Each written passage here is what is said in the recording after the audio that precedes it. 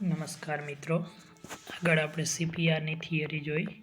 હવે એના related MCQ જોઈશું. તો ફર્સ્ટ MCQ છે, during CPR the correct hand placement over the chest for chest compression. એના ઓપ્શનની અંદર એ છે upper half of sternum, B upper third of sternum, C lower half of sternum, D lower third of the sternum. તો આગળ આપણે થિયરીમાં જોયું હતું કે એડલ્ટ અને ચિલ્ડ્રનની અંદર પૂછે તો બે નિપલની વચ્ચે સેન્ટર ઓફ ધ ચેસ્ટ અને ન્યૂબોર્નની અંદર પૂછે તો બિલો ધ નિપલ લાઇન. તો જે ઉપર MCQ આપેલા હોય એના ઓપ્શનની અંદર તો આ ઓપ્શનમાં જોઈએ તો આપણે લોઅર હાફ ઓફ સ્ટર્નમ જવાબ આવશે. ત્યાર પછી બીજા નંબરનો question, when performing external chest compression on an adult during CPR the rescuer should depress the sternum. CPRમાં આપણે ચેસ્ટ જે કમ્પ્રેસ કરવાની છે એની ડેપ્થ પૂછવામાં આવી છે. તો option A 0.5 to 1 inch, option B 1 to 1.5 inch, option C 2 inch, option D 2.5 inch. તો આની અંદર એડલ્ટ માટે પૂછ્યું તો એનો આન્સર આવશે 2 ઇંચ. પણ આની જગ્યાએ જો ઇન્ફન્ટ પૂછવામાં આવે તો એનો આન્સર આવશે 1.5 ઇંચ એટલે 4 centimetre. Question number 3, when caring for an infant during cardiac arrest, which pulse must be palpated to determine cardiac function? એની અંદર option A carotid, option B brachial, option C pedal, option D radial. તો infant માટે પૂછ્યું તો એના માટે answer આવશે બ્રેકિયલ. આની જગ્યાએ જો ચિલ્ડ્રન પૂછ્યું હોય તો એનો જવાબ આવે ફેમરલ અને એડલ્ટ પૂછ્યું હોય તો એનો જવાબ આવે carotid. Question number 4, AED stand for option A arrhythmia eliminating device, option B authorise emergency defibrillator, option C advance emergency defibrillator, option D automated external defibrillator. તો એનો આન્સર છે automated external defibrillator. Question number 5, where should you place the AED pad on an adult victim? Option number A 1 under the left arm pit and 1 high on the right side of the chest. Option B 1 under the right arm and 1 high on the left side of chest. Option C 1 under the each armpit. Option D 1 in the center of the back and 1 over the chest. તો આની અંદર right answer આવશે 1 under the left arm, એટલે કે જે left side છે એનું pad છે એ હાર્ટના એપેક્સની ઉપર મૂકવાનું અને રાઈટ સાઈડનું જે પેડ છે એ high on the right side of the chest means ક્લેવિકલની નીચે. તો option A. Question number 6, when administering single rescuer adult CPR, what is breath to compression ratio? Option A 30:2, option B 30:1, option C 15:1, option D 5:2. તો adult માટે પૂછવામાં આવ્યું એમાં single રેસ્ક્યુઅલ હોય કે ડબલ રેસ્ક્યુઅલ CPR આપવાવાળા એક વ્યક્તિ હોય કે બે વ્યક્તિ, એનો રેશિયો સેમ જ આવે 30:2. Question number 7, compression to ventilation ratio in adult with 2 rescuer each. તો આ ક્વેશ્ચનની અંદર પણ સેમ જ આવશે 30:2. Question number 8, manoeuvre use to relieve the upper airway obstruction each. Question number A Valsalva manual, option number B Heimlich manual, option number C Leopold manual, option number D military manual. Airway obstruction માટે પૂછ્યું, કંઈ પણ clarify નથી કર્યું ઇન્જુરી છે કે નહીં, તો એના ઓપ્શન પ્રમાણે આપણે જવાબ આવશે બી હેમલિસ મેન્યુઅલ. આ જ ક્વેશ્ચનની અંદર જો એવું કહેવામાં આવે કે વિક્ટિમને સસ્પેક્ટેડ ઇન્જુરી છે તો એની અંદર જો થ્રસ્ટ મેન્યુઅર આપણે યુઝ કરવાની હોય, કારણ કે સસ્પેક્ટેડ ઇન્જુરી હોય તેમાં આપણે સર્વાઇકલ ઇન્જુરી હોવાના ચાન્સ રહે. તો objective of BLS include option A CAB, option B ABC, option C BAC, option D BCA. તો આપણે સિક્વન્સ BLSની જોઈએ એનો ઓબ્જેક્ટિવ છે કોમ્પ્રેશન, એરવે અને breathing. Question number 10, the best method for assessing respiration in a non responsive person is. Option number A put hand in front of the nose, option B look, listen and feel, option number C put the hand of the chest, option number D hear heartbeat.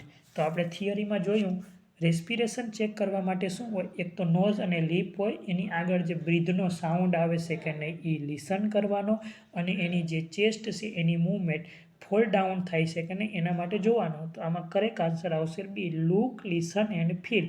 આગળની એક્ઝામમાં આ question પૂછાયેલો છે. Question number 11, carotid pulse should be checked four.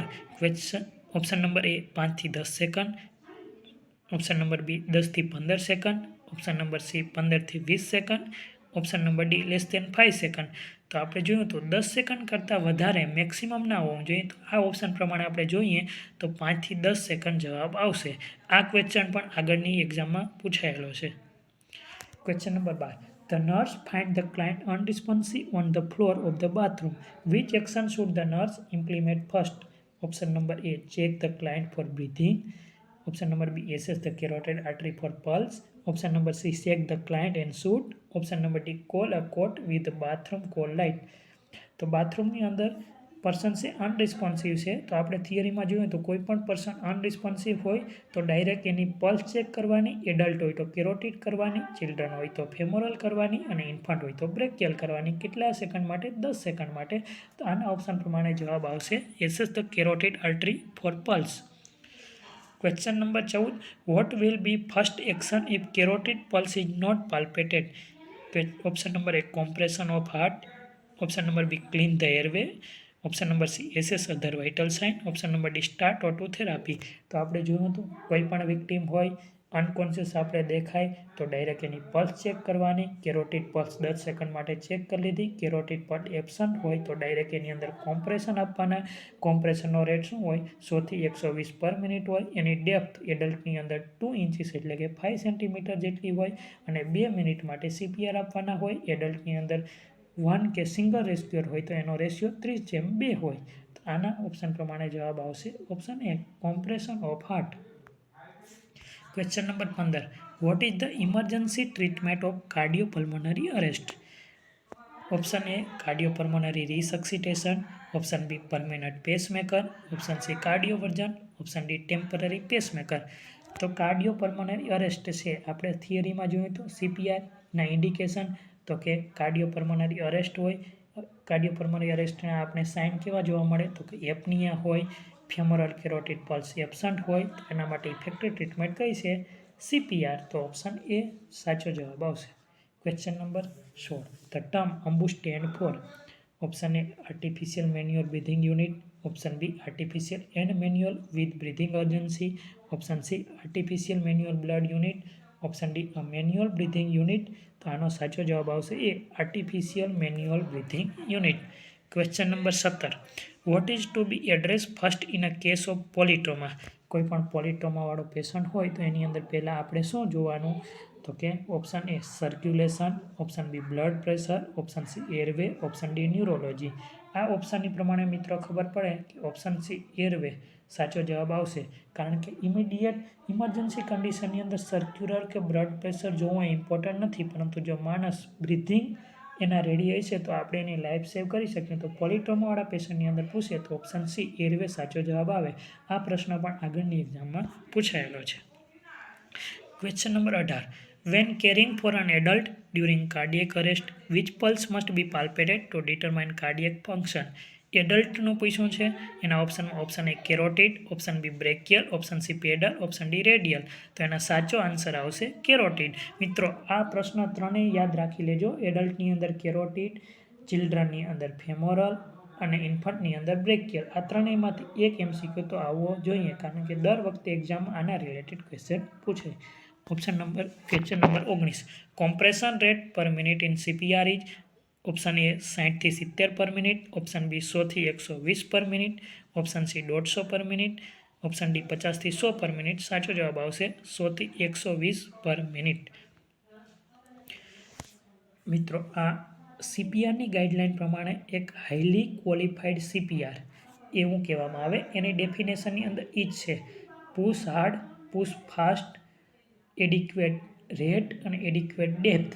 એટલે કે CPRને આપણે તો જ હાઈલી ક્વોલિફાઈડ કહી શકીએ જો એને આપણે 1 મિનિટની અંદર 100 થી 120 રેટ પર મિનિટથી આપીએ, હાર્ડ પુશ કરીએ, પુશ ફાસ્ટ કરીએ, સાથે એની ડેપ્થ આપણે એડલ્ટની અંદર 2 ઇંચ રાખીએ તો એને હાઈલી ક્વોલિફાઈડ CPR કહીએ. Which of the following is the method for managing foreign body airway obstruction? Option number A jaw thrust manoeuvre, option number B Valsalva manoeuvre, option C Heimlich manoeuvre, option D Epley manoeuvre. Foreign body obstruction પૂછો તો answer જવાબ આવશે હેમલિચ manure. આની જગ્યાએ જો આપણે એરવે clear કરવા માટેની જો મેથડ પૂછી હોત તો એની અંદર આપણે જો થ્રસ્ટ મેથડ આપણે કરી શકીએ. Question number 21. Sign of restore ventilation and circulation after CPR include all of the following except. Option number A improve colour, option number B return to stronger pulse, option number C increase body temperature, option number D return of systemic blood pressure. જો આપણે CPR કોઈ પણ વ્યક્તિને આપ્યા, એક circulation restore થયું કે નહીં, કોના ઉપર ખબર પડે તો કે એક તો એબ્સન્ટ પલ્સ હતી એ રિસ્ટોર થઈ જાય, ત્યાર પછી જે બ્રિધિંગ ના હોવાના કારણે બોડીનો કલર બ્લુ જેવો હોય એ કલર પાછો રિટર્ન આવવા માંડે, એનું બ્લડ પ્રેશર સ્ટેબિલાઇઝ થવા માંડે. આ બધાના રિસ્ટોરના સાઇન એન્ડ સિમ્ટમ છે. તો આ ઓપ્શન પ્રમાણે option C increase body temperature એ રિસ્ટોર વેન્ટિલેશન સર્ક્યુલેશન માટેનું નથી. Question number 22. Complication of CPR is. Option A MI, option B heart failure, option C ribs fracture, option D hip fracture. તો આપણે જોઈએ તો CPR ફોલ્ટી ટેકનિકના કારણે કેવા complication થાય તો કે રિબ ફ્રેક્ચર થઈ શકે, કોલાર બોન ફ્રેક્ચર થઈ શકે, અથવા તો લીવર ફ્રેક્ચર થઈ શકે. તો આમાં સાચો જવાબ આવશે રિબ ફ્રેક્ચર. મિત્રો, આ CPR રિલેટેડ જેટલા પણ MCQ પૂછાઈ શકે એ આપણે આ PPTની અંદર જોઈ લીધા.